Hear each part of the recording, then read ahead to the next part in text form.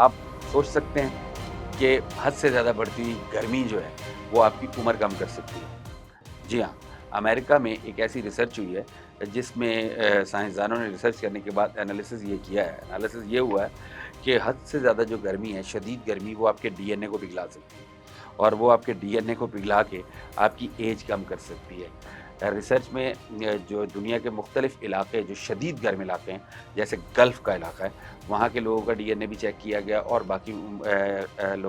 علاقوں کا بھی دیکھا گیا۔ ایشیا کے کچھ ممالک جو گرم ہیں ان کے لوگوں کو بھی چیک کیا گیا۔ پاکستان میں جو سندھی جیکب آباد والی سائڈ ہے، بلوچستان والی سائڈ ہے، یعنی وہ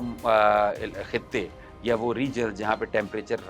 50 ڈگری سینٹی گریڈ سے زیادہ ہوتا ہے، وہاں پہ ایک سروے کیا گیا اور اس کے بعد اس پہ باقاعدہ ایک ریسرچ ہوئی، اور ریسرچ جو ہے وہ اس کے بعد سائنسدان اس نتیجے پر پہنچے کہ شدید گرمی یا زیادہ گرمی جو ہے وہ آپ کے مزاج میں یا موڈ میں تو تبدیلی لاتی ہے، لیکن وہ آپ کے ڈی این اے کو بھی پگھلا سکتی ہے۔ اور اگر جو ہیومن باڈی جو بنیادی طور پہ سیلز پر مشتمل ہے، سیلز کا مجموعہ ہے، اور جو سیلز ہیں ان کا جو بیسیکلی جو مرکز ہوتا ہے اس کو سیل کور کرتی ہیں مختلف قسم کی چربیاں، مختلف لپڈس۔ اگر وہ پگھلنے لگے تو سیل کا جو اسٹرکچر ہے وہ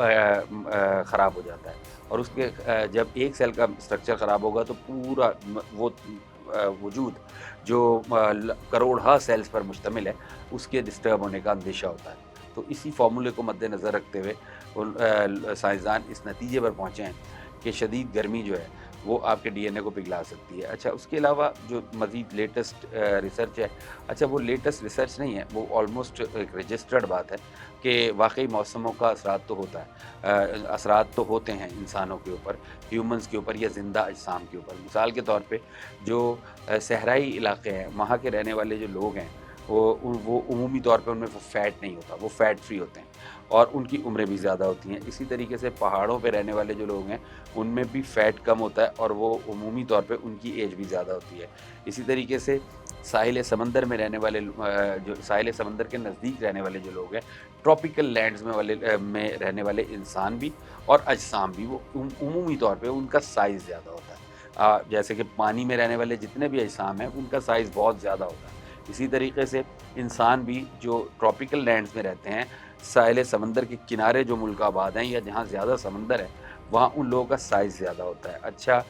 میدانی علاقوں میں رہنے والے لوگ جہاں گرمی زیادہ پڑتی ہے، ان لوگوں کے بارے میں کہا جاتا ہے کہ ان کا اسٹیمنا بہتر ہوتا ہے، ان کا سانس زیادہ پکا ہوتا ہے۔ ساحلی علاقوں میں رہنے والے لوگوں کے بارے میں کہا جاتا ہے کہ ان کا سانس جو ہے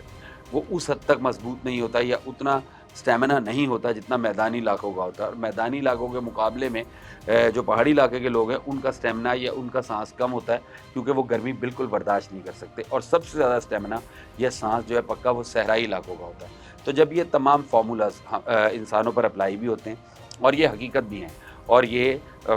سینہ بسینہ منتقل ہوتی ہوئی باتیں ہیں، آبزرویشن کی باتیں ہیں، اور سائنس ایک آبزرویشن کا ہی نام ہے، تو یہ بات کسی حد تک مانی جا سکتی ہے، قابل غور ہے، چونکہ یہ سائنٹیفک بات ہے کہ آپ کے سیل کا اگر سٹرکچر خراب ہوگا تو لازمی بات ہے آپ کی پوری باڈی خراب ہوگی، اور ڈی این اے جو ہے وہ نسل در نسل چلتا ہے، ہزاروں سال تک یہ سیم رہتا ہے، اگرچہ آپ ایک سیم ہی انوائرمنٹ میں سروائیو کر رہے ہوتے ہیں۔ اگر آپ کا انوائرمنٹ بدلتا ہے یا موسم بدل جاتا ہے، موسمیاتی تبدیلی کے نتیجے میں اتنی شدید گرمی جو ہے وہ آپ میں رہنے لگ پڑتے ہیں جس میں آپ کے فور فادرز نہیں رہے ہوتے، تو الٹیمیٹلی آپ کی شخصیت میں بھی چینج آئے گی، آپ کے ڈی این اے میں بھی تبدیلی آئے گی، اور وہ تبدیلی پازیٹیو نہیں ہوگی۔ سائنسدانوں کا یہی کہنا ہے، اور اس کے علاوہ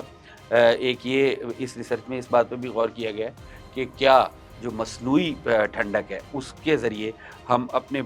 باڈی کو اس لیول پہ برقرار رکھ سکتے ہیں جو نیچرل ہے، تو اس میں 80% جو رسپانس آیا ہے یا جو 80% رزلٹ ہے وہ یہ ہے کہ مصنوعی جو مطلب ٹھنڈ ہے، جیسے ایئر کنڈیشنر کا استعمال ہے یا دوسری ایسی چیزوں کا استعمال ہے جو مصنوعی ہیں لیکن گرمی کی شدت کو کم کرتی ہیں، وہ بہرحال آپ کی باڈی کے سروائیول میں اہم کردار ادا کرتی ہیں، وہ ہارمفل نہیں ہیں۔ یہ بھی ایک امپورٹنٹ فیکٹر ہے کہ کسی بھی طریقے سے آپ نے اپنی باڈی کو کول ڈاؤن کرنا ہے، اس کو ایک خاص لیول پر رکھنا ہے، وہ ہر صورت میں آپ کے لیے فائدہ مند ہی ہوگی، نقصان دہ نہیں ہوگی۔